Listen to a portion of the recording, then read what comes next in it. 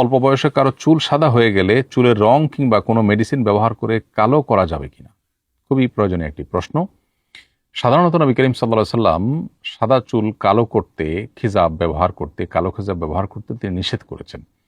এতে এক ধরনের প্রতারণা থাকে, বয়স লুকাবার একটা প্রচেষ্টা থাকে। এটি কোনো সততার বা সৎ মানুষের পরিচায়ক নয়।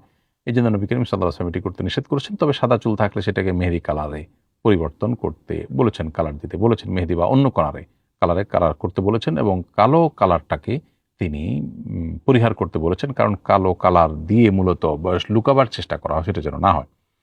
এখন কোনো ইয়াং মানুষ বা বয়স অনেক কম, তার এই বয়সে চুল পাকার কথা নয়, অথচ তার চুল পেকে গেল। এটা যদি হয় তাহলে সেক্ষেত্রে এটা এক ধরনের ত্রুটি তার শরীরে, এটা ত্রুটির কারণেই হয়েছে। তো ত্রুটির কারণে যদি এরকম হয়ে থাকে তাহলে সেটাকে কালো করার চেষ্টা করাটার রীতিমতো তার ট্রিটমেন্ট বা চিকিৎসার অংশ হিসেবে বিবেচিত হবে।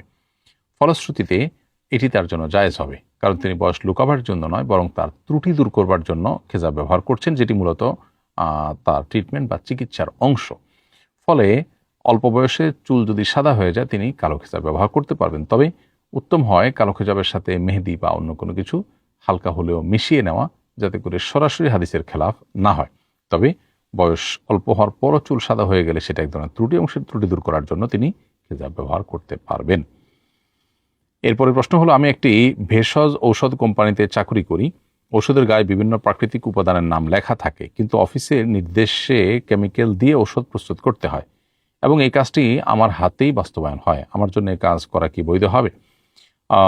ভেষজ ঔষধ কোম্পানিতে ভেষজ উপাদান থাকার কথা, সেটা না থেকে যদি কেমিক্যাল দিয়ে ভেষজ উপাদানের কাজ চালানো হয় তাহলে সেক্ষেত্রে সেটা প্রতারণার শামিল, এবং আপনার কাস্টমারদেরকে প্রতারণা করে যে ঔষধ তৈরি করা হয়, সেই ঔষধ তৈরিতে আপনার কোনো ভূমিকা যদি থাকে তাহলে আপনি অন্যায়ের সহযোগী হলেন, সেজন্য সেটা আপনার জন্য নাজায়েজ হবে, এবং আপনার উচিত হবে এখানে অপারগতার কথা বলা কিংবা বিকল্প চাকুরির সন্ধান করা। বয়স্ক মানুষ কোরআন শিখছেন, তিনি সঠিক উচ্চারণ করতে পারেন না, এর কারণে গুনাহ হবে কিনা? কেউ সঠিক উচ্চারণ করার চেষ্টা করছেন তারপরে তিনি পারছেন না, তাহলে তিনি গুনাহগার হবেন না, কারণ আল্লাহ বলেছেন লা ইউকাল্লিফুল্লাহু নাফসান ইল্লা উসআহা, মানুষের সাধ্যের বাইরে কোনো কিছু মানুষকে আল্লাহ তাআলা চাপিয়ে দেন না। সেজন্য বয়স্ক হয়ে যাওয়ার কারণে যদি তেলাওয়াত করতে অসুবিধা হয় সেক্ষেত্রে তার সেই ভুল মাফ করবেন আল্লাহ তাআলা, আশা করা যায়। সেই সাথে আমরা এই হাদিসটিও জেনে রাখি যে এখানে নবী সাল্লাল্লাহু আলাইহি ওয়াসাল্লাম বলেছেন, কেউ যদি কোরআন বেদে বেদে পড়ে, অর্থাৎ তিনি খুব ফ্লুয়েন্টলি পড়তে পারেন না, স্পিডে পড়তে পারেন না, তাহলে সেক্ষেত্রে বেদে বেদে আটকে আটকে পড়লে তাকে আল্লাহ তাআলা ডাবল সওয়াব দিবেন, কারণ তার কষ্ট বেশি হচ্ছে। সেজন্য ইন্না আযআমাল জাযা মা আযআমিল বালা, মানুষের কষ্ট যখন বেশি হয় তার বিনিময়ও বেশি হয়ে থাকে। এরপরে প্রশ্ন হলো, মৃত স্বামীর পেনশনের টাকা কি শুধু স্ত্রী পাবে নাকি সকল আত্মীয় পাবেন? খুবই গুরুত্বপূর্ণ প্রশ্ন। কোনো ব্যক্তি মারা গেলে তার পেনশনের যে টাকাটা, এই টাকাটা সরকারের তরফ থেকে দেওয়া এক ধরনের গিফট বা উপহার, এটা তার রেখে যাওয়া কোনো সম্পদ নয়।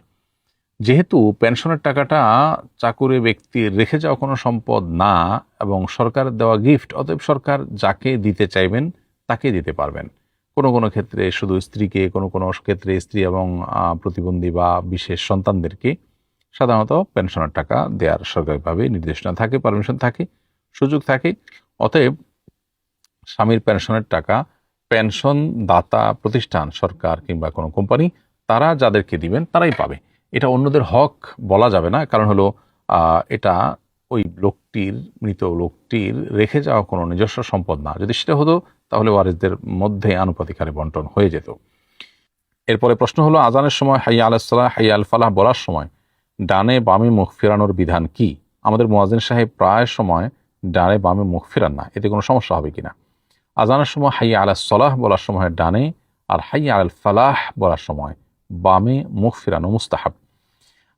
এবং যদি কোনো কারণে এটা না করেন কেউ, তাহলে সেটা মুস্তাহাবের খেলাফ হলো, অর্থাৎ এর কারণে আজান হবে না এরকম কোনো বিষয় নয়। বিধায় আপনার মুয়াজ্জিন যদি মাঝে মধ্যে এরকম না করেন তাহলে কোনো অসুবিধা নাই, এবং প্রায় সময় যদি না করেন তাতেও অসুবিধা নাই, তাতে আজান ঠিকই বিশুদ্ধ হয়ে যাবে, সালাতও ঠিকই বিশুদ্ধ হয়ে যাবে।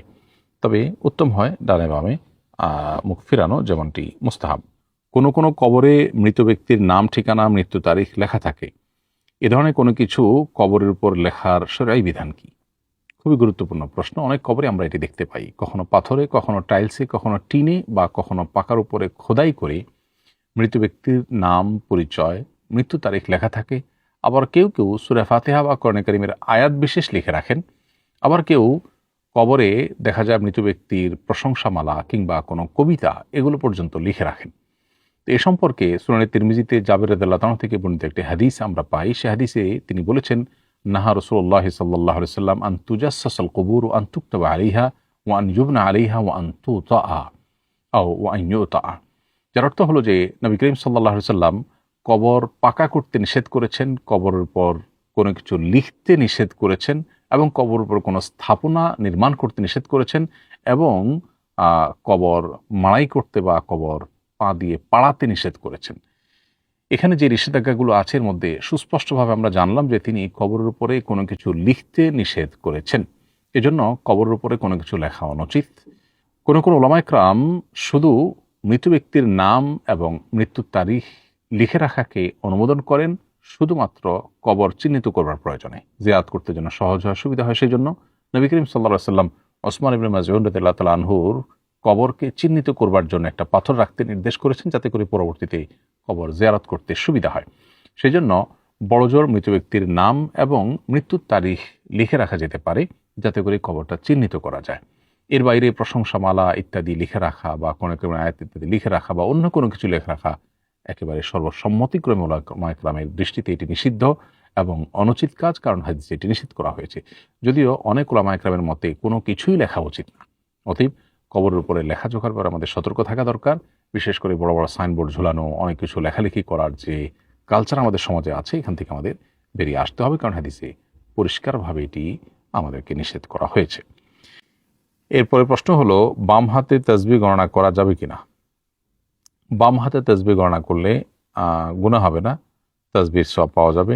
তবে ডান হাতে গণনা করলে সেটা উত্তম, কারণ সহিহ বুখারীতে বর্ণিত হয়েছে আম্মা জান আয়েশা রাদিয়াল্লাহু তাআলা আনহা থেকে, তিনি বলেছেন, কানা নবী সাল্লাল্লাহু আলাইহি ওয়াসাল্লাম ইয়াজিবুহু তায়াম্মুনু ফি কুল্লি ফি তানাউলিহি ওয়া তারাজ্জুলিহি ওয়া তুহুরিহি ফি শানিহি কুল্লি। নবী সাল্লাল্লাহু আলাইহি ওয়াসাল্লামের জুতা পরিধান করা, তারপরে চুল আঁচড়ানো এবং পবিত্রতা অর্জন করা সব ক্ষেত্রে তিনি ডানকে পছন্দ করতেন। এজন্য তাসবিহটা ডান হাতে ব্যবহার করতে পারলে ভালো, যদিও বাম হাতে করলেও কোনো অসুবিধা নেই এবং তাসবিহর সওয়াব তিনি ঠিকই পেয়ে যাবেন। সাহাবারা কি বাতিলের পক্ষে থাকতে পারে? সিফিনের যুদ্ধে উভয় পক্ষেই তো অনেক সাহাবী ছিলেন। দুপক্ষের কোনো এক পক্ষ তো বাতিল ছিল, নইলে যতটুকু ধারণা যুদ্ধই হতো না। এক্ষেত্রে আমরা কি ভাবব? আহলুস সুন্নাহ ওয়াল জামাতের আকীদা হলো সাহাবায়ে কেরাম সম্পর্কে তারা ভুলের ঊর্ধ্বে ছিলেন না। তবে তাদের কিছু কিছু ভুল হয়েছে যেগুলো ইজতিহাদগত বা গবেষণাগত বা বুঝের ভুল। ইচ্ছাকৃতভাবে ষড়যন্ত্র করা, ইচ্ছাকৃতভাবে অন্যায় লিপ্ত হওয়া, বিশেষ করে পরস্পর সাথে যুদ্ধে লিপ্ত হওয়া, ঠান্ডা মাথায় ষড়যন্ত্রের জায়গা থেকে, বাতিল পন্থা থেকে, এটা সাহাবীদের মধ্যে ঘটেনি। এটি হলো আহলুস সুন্নাহ ওয়াল জামাতের উলামায়ে কেরামের আকীদা এবং বিশ্বাস। সিফিনের যুদ্ধে আলী রাদিয়াল্লাহু তাআলা আনহু হকের কাছাকাছি ছিলেন এবং মুআবিয়া রাদিয়াল্লাহু তাআলা আনহুর বুঝের ভুল ছিল, এটুকু বিশ্বাস আমাদের থাকতে হবে। আর বুঝের ভুল যদি হয় তাহলে সেক্ষেত্রে সেটা আল্লাহ তাআলা মাফ করে দেন, বরং তিনি চেষ্টা করেছেন সঠিকতা উদ্ধার করবার জন্য, এই জন্য তিনি আল্লাহর কাছে একটা সওয়াব পান। আর বুঝের ভুল হওয়ার কারণে তিনি গুনাহগার হন না। না হলে তিনি যদি সরাসরি কোনো ভুল করতেন তাহলে অবশ্যই গুনাহগার হতেন এবং তার জন্য তিনি দায়ী থাকতেন। তবে এখানে আলী রাদিয়াল্লাহু তাআলা আনহু যে সঠিকতার কাছাকাছি ছিলেন সেটা বলার অপেক্ষা রাখে না। তো সাহাবায়ে কেরামের এই সমস্ত ভুল বিচ্যুতি হবে দেখেই তো নবী সাল্লাল্লাহু আলাইহি ওয়াসাল্লাম বলেছেন যে আমার সাহাবীদের সমালোচনা করবে না। এই জন্য আমরা সমালোচনা করব না, বরং সকল সাহাবায়ে কেরামকে আমরা ভালোবাসবো এবং তাদের কারোর যদি ভুল হয়ে থাকে, তো নবী সাল্লাল্লাহু আলাইহি ওয়াসাল্লামের সময় কোনো ব্যক্তির অন্যায় হয়েছে, তিনি সাহাবী ছিলেন, তিনি তার শাস্তি কার্যকর করেছেন এবং পরে তার তওবা এমনভাবে আল্লাহর কাছে কবুল হয়েছে মর্মে জানিয়েছেন, যেটা সচরাচর অন্যদের তওবা কবুল এভাবে হয় না। তো এই জন্য যাদের ব্যাপারে খোদ আল্লাহ সন্তুষ্ট হয়ে গেছেন, তাদের কারো যদি কোনো ভুল হয়েও থাকে, আমি তাদের সমালোচনা করতে পারি না। নবী সাল্লাল্লাহু আলাইহি ওয়াসাল্লাম সেটি করতে আমাদেরকে নিষেধ করেছেন। তবে বুঝের ভুল হলে সেটাকে বাতিল বলা জরুরি না। দুজনের মধ্যে একজন সঠিকতার উপর ছিলেন, একজন ভুলের উপর ছিলেন, কিন্তু ভুলটা অনেক সময় হয় বুঝের ভুল, সেটা কিন্তু মাফ থাকে। ধরুন কেউ মনে করেছে যে আমার সন্তান তার এই জায়গায় যাওয়া দরকার দিন রক্ষার খাতিরে, সে বিচক্ষণ, সে গেলে ভালো হবে। তো তার অ্যাজাম্পশন ভুল হতে পারে, কিন্তু এখানে ইন্টেনশন যদি স্বজনপ্রীতি না হয়ে দিন রক্ষার খাতিরেই হয়, তাহলে সেক্ষেত্রে তার ভুল তো ভুলই, কিন্তু সে ভুলের কারণে তাকে আপনার ওয়ালা বারার আলোকে একেবারে আপনার ভালোবাসার গণ্ডি থেকে বের করে দিবেন, বাতিলের খাতায় ফেলে দিবেন, সেটা কিন্তু সুযোগ নেই।